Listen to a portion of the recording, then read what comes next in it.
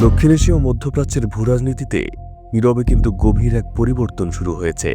আসন্ন জাতীয় নির্বাচনের পর পাকিস্তান, সৌদি আরব ও তুরস্ক ঘিরে গড়ে ওঠা একটি উদীয়মান শক্তিশালী সামরিক জোটে বাংলাদেশের সম্ভাব্য যোগদান নিয়ে আন্তর্জাতিক মহলে শুরু হয়েছে ব্যাপক জল্পনা। এই আলোচনা শুধু কূটনৈতিক কাগজে সীমাবদ্ধ নয়, এর প্রভাব পড়তে পারে ভারত মহাসাগর, মধ্যপ্রাচ্য, এমনকি ইসরায়েল-ইরান সংঘাতের সমীকরণেও। 2024 সালে বাংলাদেশের রাজনৈতিক পট পরিবর্তনের পর থেকেই আঞ্চলিক ভূরাজনীতিতে একটি নতুন মেরুকরণ দৃশ্যমান হয়। ঢাকা ধীরে ধীরে তার পররাষ্ট্র প্রতিরক্ষা কৌশলে বহুমাত্রিক ভারসাম্যের নীতি গ্রহণ করতে শুরু করে। এই প্রেক্ষাপটেই গত কয়েক মাস ঢাকা ও ইসলামাবাদের মধ্যে একাধিক উচ্চ পর্যায়ের সামরিক বৈঠক এবং পাকিস্তান ও সৌদি আরবের বিদ্যমান কৌশলগত প্রতিরক্ষা চুক্তি নতুন করে আলোচনার কেন্দ্রে উঠে আসে। বিশ্লেষকদের মতে এগুলো বিচ্ছিন্ন কোনো ঘটনা নয়, বরং একটি বৃহত্তর জোট কাঠামোর প্রস্তুতি। এই সম্ভাব্য জোটের ভিত্তি স্থাপিত হয় 2025 সালের সেপ্টেম্বরে, যখন পাকিস্তান ও সৌদি আরব একটি ঐতিহাসিক প্রতিরক্ষা চুক্তিতে স্বাক্ষর করে। এই চুক্তির সবচেয়ে গুরুত্বপূর্ণ দিক হল যে কোনো এক দেশের উপর হামলাকে উভয় দেশের উপর হামলা হিসেবে গণ্য করা হবে, অর্থাৎ এটি কার্যত ন্যাটোর সম্মিলিত প্রতিরক্ষা নীতির মুসলিম সংস্করণ। এবং পাকিস্তানের পারমাণবিক সক্ষমতা এবং সৌদি আরবের বিপুল অর্থনৈতিক শক্তি এই চুক্তিকে শুধু প্রতীকী নয়, বাস্তব শক্তিতে পরিণত করেছে।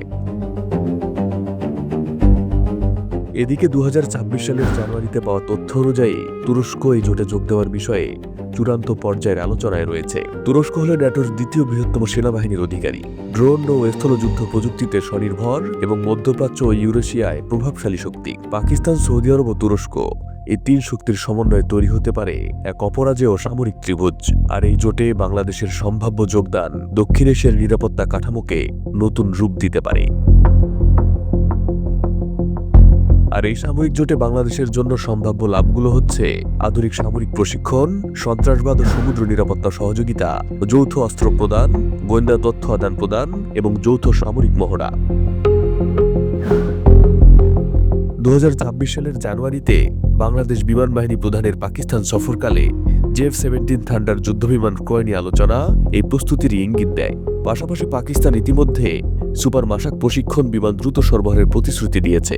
সব মিলিয়ে এটি বাংলাদেশের ফোর্স গোল 2030 বাস্তবায়নে বড় ধাক্কা দিতে পারে। এদিকে সম্ভাব্য মুসলিম সামরিক জোট ভারতের জন্য উদ্বেগজনক কয়েকটি কারণে। প্রথমত, দক্ষিণ এশিয়া পাকিস্তান ঘিরে শক্তি ভারসাম্য বদলাবে। দ্বিতীয়ত, বাংলাদেশ যদি নিরাপত্তা বলয়ে সরে আসে, ভারতের পূর্বাঞ্চল কৌশলগত চাপে পড়বে এবং ভারত মহাসাগরে নতুন সামরিক সমীকরণ তৈরি হবে। অন্যদিকে ইসরায়েলের দৃষ্টিতে তুরস্ক ও পাকিস্তান উভয়ই ফিলিস্তিন প্রশ্নে কঠোর অবস্থানে। দ্বিতীয়ত, সৌদি আরব এই জোটে থাকলে ইসরায়েল আরব স্বাভাবিকরণ প্রক্রিয়া দুর্বল হতে পারে এবং ইরান ইসরায়েল সংঘাতে শক্তির ভারসাম্য পাল্টে যেতে পারে। এ কারণেই পশ্চিমা থিঙ্ক ট্যাঙ্ক এবং আঞ্চলিক গোয়েন্দা বিশ্লেষণে বিষয়টি বাড়তি গুরুত্ব পাচ্ছে। তবে বাংলাদেশের আনুষ্ঠানিক যোগদান নির্ভর করছে 12 ফেব্রুয়ারি নির্বাচনের পর গঠিত সরকারের পররাষ্ট্রনীতির উপর।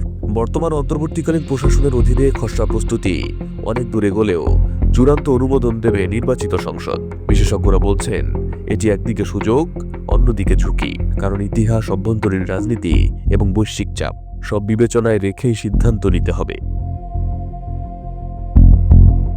তবে শেষ পর্যন্ত যদি বাংলাদেশে চতুর্মুখী সামরিক জোটে যোগ দেয়, তাহলে এটি হবে মুসলিম বিশ্বের প্রধান দেশগুলোর মধ্যে এক নজিরবিহীন নিরাপত্তার সমন্বয়। এই জোট শুধু সামরিক নয়, এটি দক্ষিণ এশিয়া ও মধ্যপ্রাচ্যের ভূরাজনীতির ভাষা বদলে দিতে পারে। বিশ্ব রাজনীতির গভীর বিশ্লেষণের জন্য ওয়ার্ল্ড চ্যাপ্টারে সাবস্ক্রাইব করুন।